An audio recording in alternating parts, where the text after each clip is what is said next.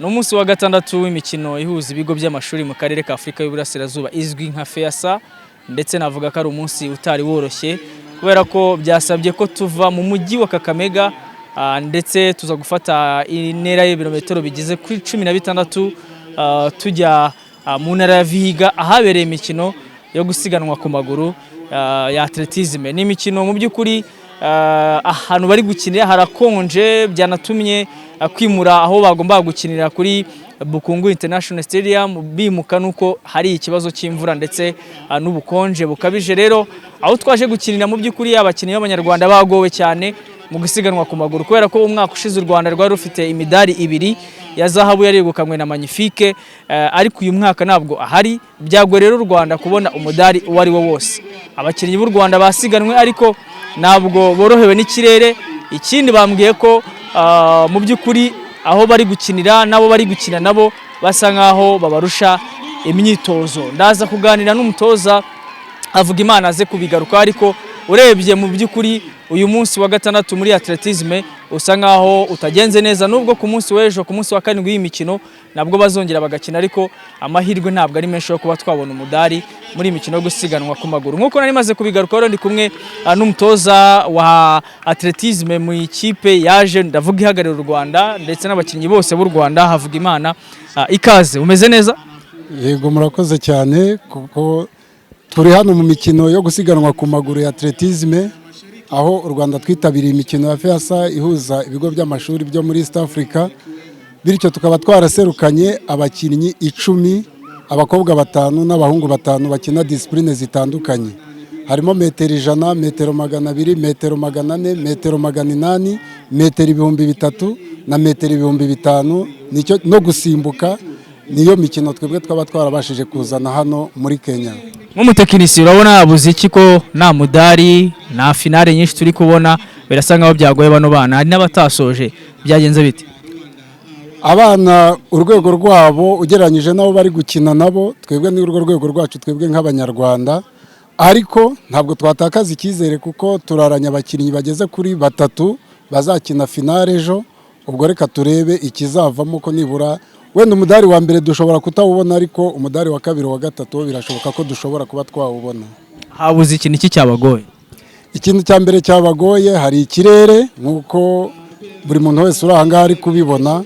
Bo bari bamenyereye klima ishyushye yo mu Rwanda, ariko bageze ahangaha bagorwa n'ikibazo cy'ubukonje. Yego n'abandi niho bari gukinira, ariko ku makuru twebwe twari dufite nuko n'ubundi nk'abo twari turi gukina nabo kuva imikino y'amashuri amafinali yabo bo bahise baguma hano bamenyera ikirere.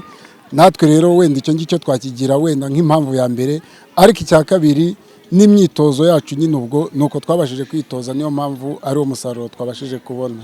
Ni iki kizakorwa kugira ngo dutsinde Abanyakenya? Ikintu cya mbere gishobora kuba cyakorwa, twebwe turi muri development muri sport scolaire. Urabona ko muri Kenya nureba abakinnyi turi gukina nabo, mu kanya hariho twari turi kumwe ari kuvuga ngo birasaba ko natwe turajya tuzana abakinnyi bo muri equipe nationale kugira babashe guhangana n'Abanyakenya bari ahangaha, ariko twebwe twahisemo umurongo wo kudatrisha, tukazana abana bari muri norme cyane cyane muri atletisme kubera ko turi muri development. Twebwe tuzakomeza rero dutoza abana, igihe kizagera ukuri kuzigaragaza kandi iyo midari natwe tuzayibona. Ni icyo ubona ukwiye kwishimira nk'umutoza w'aba bana? Hari icyo cyuye, hari icyo ubona u Rwanda rwungutse muri iyi mikino? Ikintu cya mbere buragishimisha nko muri atletisme nuko umwana akinirushanwa akarirangiza atitaye kuri kondisiyo ari kuzikinamo. Ubwo rero ngewe nk'umutoza nshimishijwe nuko nibura buri mwana wese yabashije kwirukanka yasoje icyiciro cy'irushanwa ari gukina, ubundi ibindi by'ibihe byo yaba yakoze bikaza nyuma. Murakoze cyane, kangushimire. Murakoze cyane.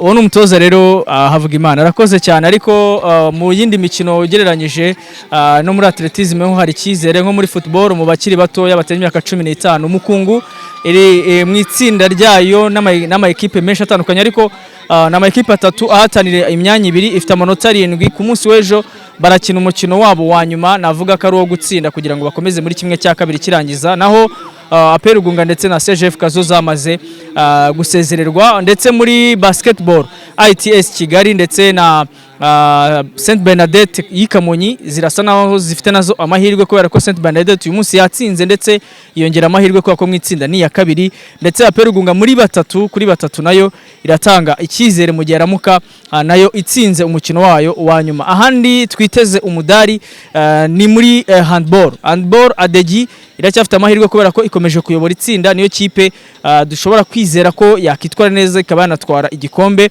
nk'ibisanzwe. Ahandi wareba wenda ni muri volleyball biragoye, gusa navuga ko nk'ikipe ya Bernadette nayo ishobora kuba yakitwara neza muri volleyball kubera ko irasabwa nayo gutsinda umukino wayo wa nyuma ikaba yagira mu mikino ya kimwe cya kabiri kirangiza. Gusa nka Petit Seminaire Virgo Fidelis, ama ekipe nka Philippe Neri zose zisa nkaho n'ubundi byanze zasezerewe.